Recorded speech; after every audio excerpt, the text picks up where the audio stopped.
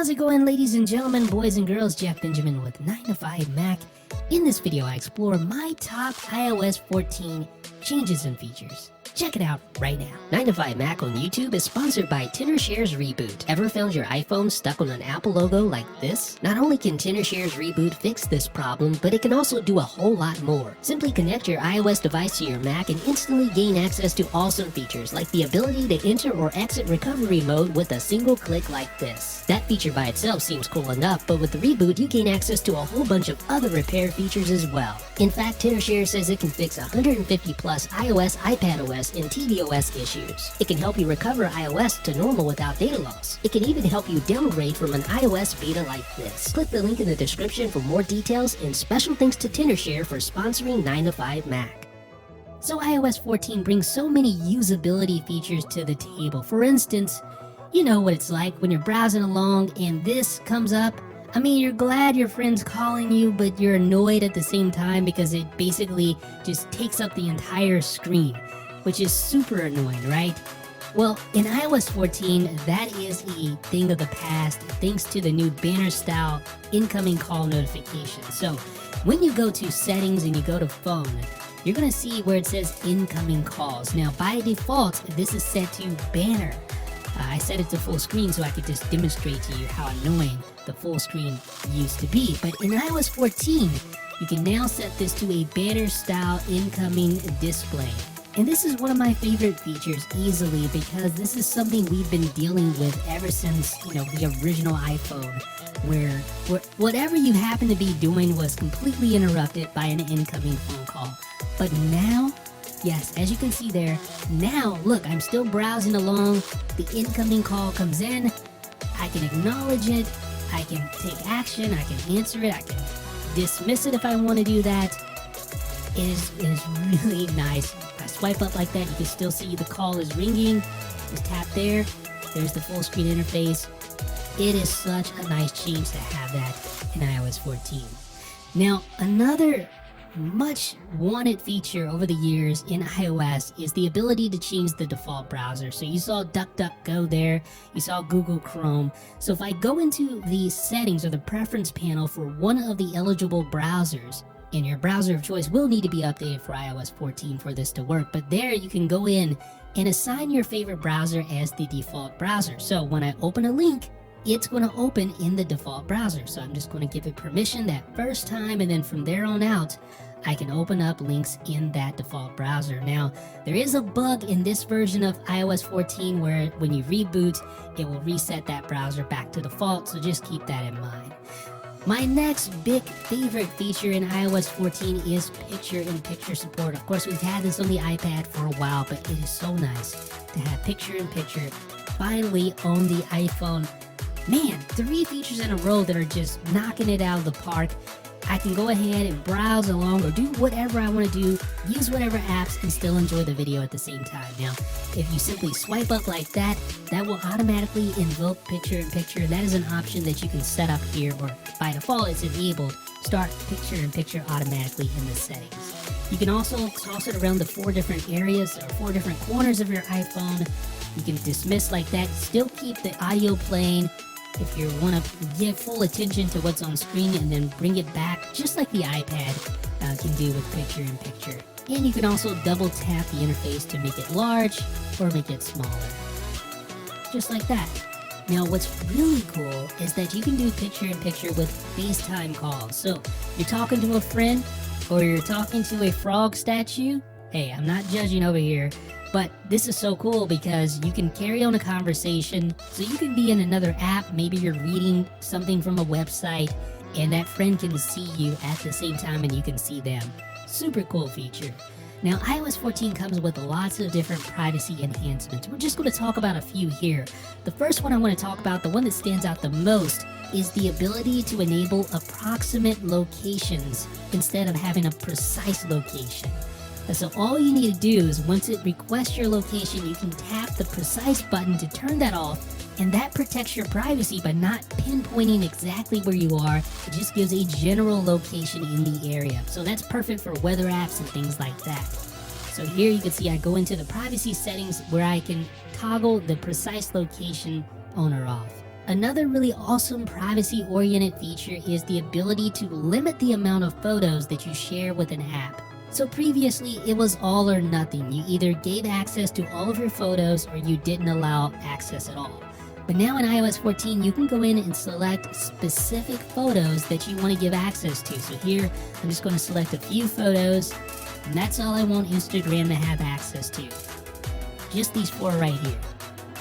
Now, hopefully Apple will continue to build on this, make it a little bit more intuitive, but I love what they're doing here because it still allows you to use the apps without giving full access to all of your photos. So you can go into privacy and go into photos here, and then you can go in and edit the selected photos if you want to add additional or remove photos that you've given access to. Now, another new privacy-oriented feature at iOS 14 is the ability to be notified when something accesses the pasteboard. So here you can see message pasted from Safari. So that was a manual operation that I did there, but sometimes applications, as you can see there, will automatically pull from the pasteboard, legitimately in a lot of cases, but it's still nice to know when that happens.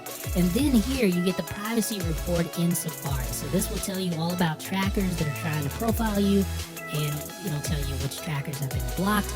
It'll show you the websites and the associated trackers on those websites, so you can sort by that, or you can go in and look at just all the trackers in general across all the websites. And iOS 14 includes lots of home screen enhancements. We'll talk about just a few right now.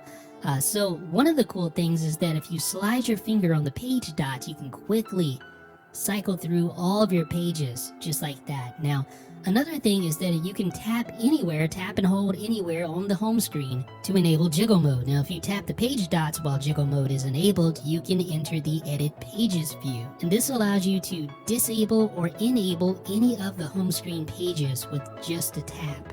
So you can see I've disabled 4 of the pages, 5. I'm going to re-enable one of them. So now I just have 2 pages enabled, and you can see that reflected right there on the page dots. Just those 2 pages are available. You're probably wondering what happened to all the apps. We're going to talk about that in just a second, but let's go back and re-enable some of those pages. And tap done, and there we go. So where did the apps go on the home screen pages that were hidden? Well, they didn't go anywhere. All of your apps are always available in the app library, and this is a game changer for iOS 14. So first and foremost, let's break down how the app library is organized. You can see all these various categories. These categories are all automatically generated. And if you tap on one of the app icons, one of the large ones, it will launch into that app immediately. And if you tap in the bottom right-hand corner with the smaller icons, it will list all the apps within that generated category. So for instance, I could tap on the App Store here, that launches directly into the App Store, but when I tap the icons in the bottom right hand corner of utilities, that shows all of the apps within that category again. So let's go ahead and go to the Settings app. Let me show you the home screen section of the Settings app, and this pertains to the app library. So basically, when you download an app, you can select to add it directly to the home screen, and that's the default setting, or you can choose to add it to the app library only. So now when I download apps, it's only going to be found in the app library, not on the home screen. You can see nowhere do I find Uber Eats on the home screen, but if I swipe over, you can see it's under the recently added section of the app library. So a really cool way to keep your home screen clean. If you don't want all those app icons, maybe you've arranged it exactly how you want it and you don't want additional icons littering your home screen. I really like the app library. I think it could be refined a little bit more. I'll talk about that in another video, but I really like what it does for the user. And as you can see, you can tap at the top in the search bar and search for an app directly, or you can also swipe down like this and see all of your apps. Yes, indeed, all the apps you have installed on your phone in alphabetical order, so you can easily identify and locate the app that you're looking for, even if you don't have it on the home screen, in a variety of different ways, courtesy of the app library.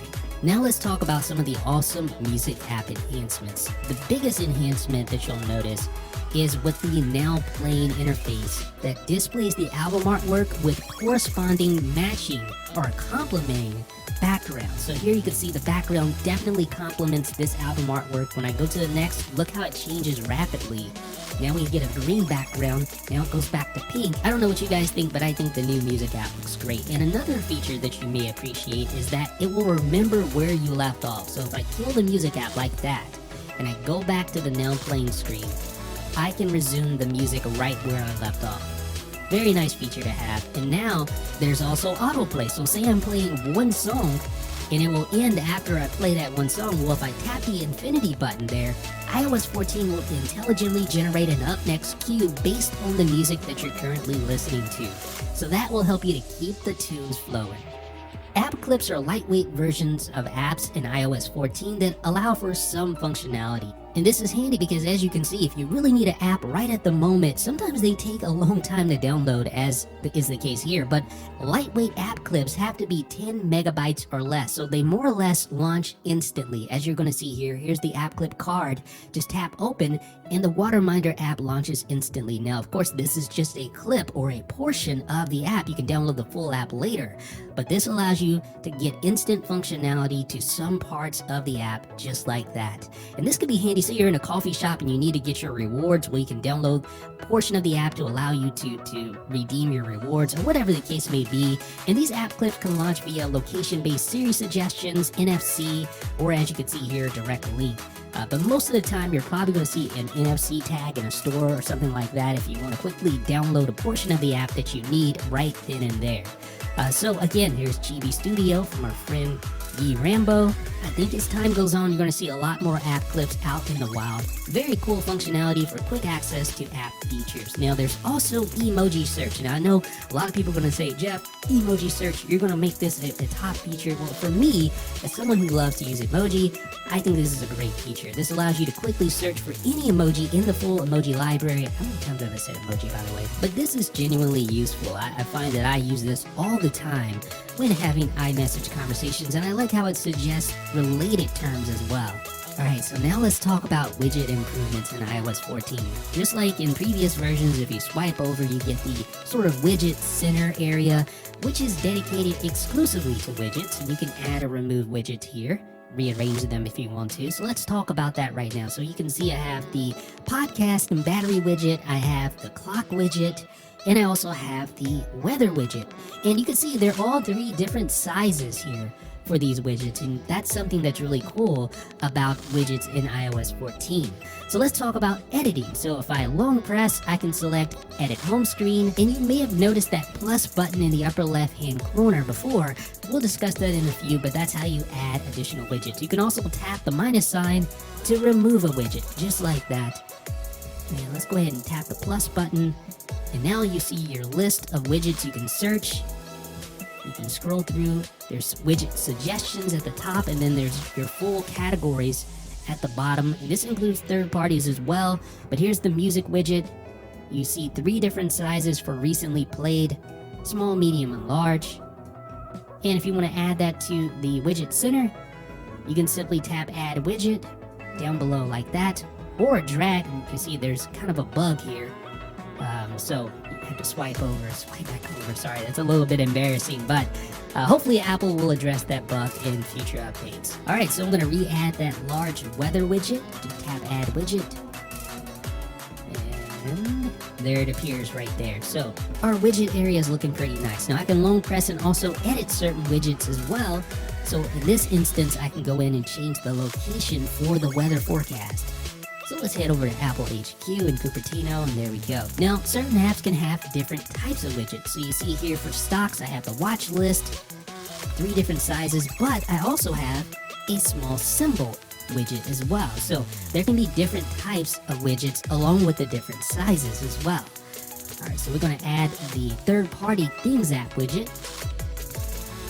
There we go. So both a mix of third-party and first-party widgets are possible within iOS 14. And if you haven't already, be sure to check out our video that highlights some of the top third-party widgets as well. But now, let's talk about the really cool thing. Adding widgets to the home screen works the same way. Just tap Add Widget, and there it goes. Notice how the app icons move out of the way as I reposition this widget location. And I can also tap and drag to the home screen or to the widget center as well, just like that. So now, that's looking really cool. You can reorganize. But here's something really cool about widgets. You can stack them. So as long as they're the same size, you can stack a widget on top of another, just like that. And then scroll between them, like that. So you gain all that functionality, but you save space at the same time. I'm gonna stack this one on top of this one. So now I have 3 different widgets in this stack. There's also a smart stack that will display information based on Siri suggestions as well. So you can check that out in the list of available widgets. But let's add a third-party widget. I'm gonna add DuckDuckGo, and you can see a little bit of a buggy situation there.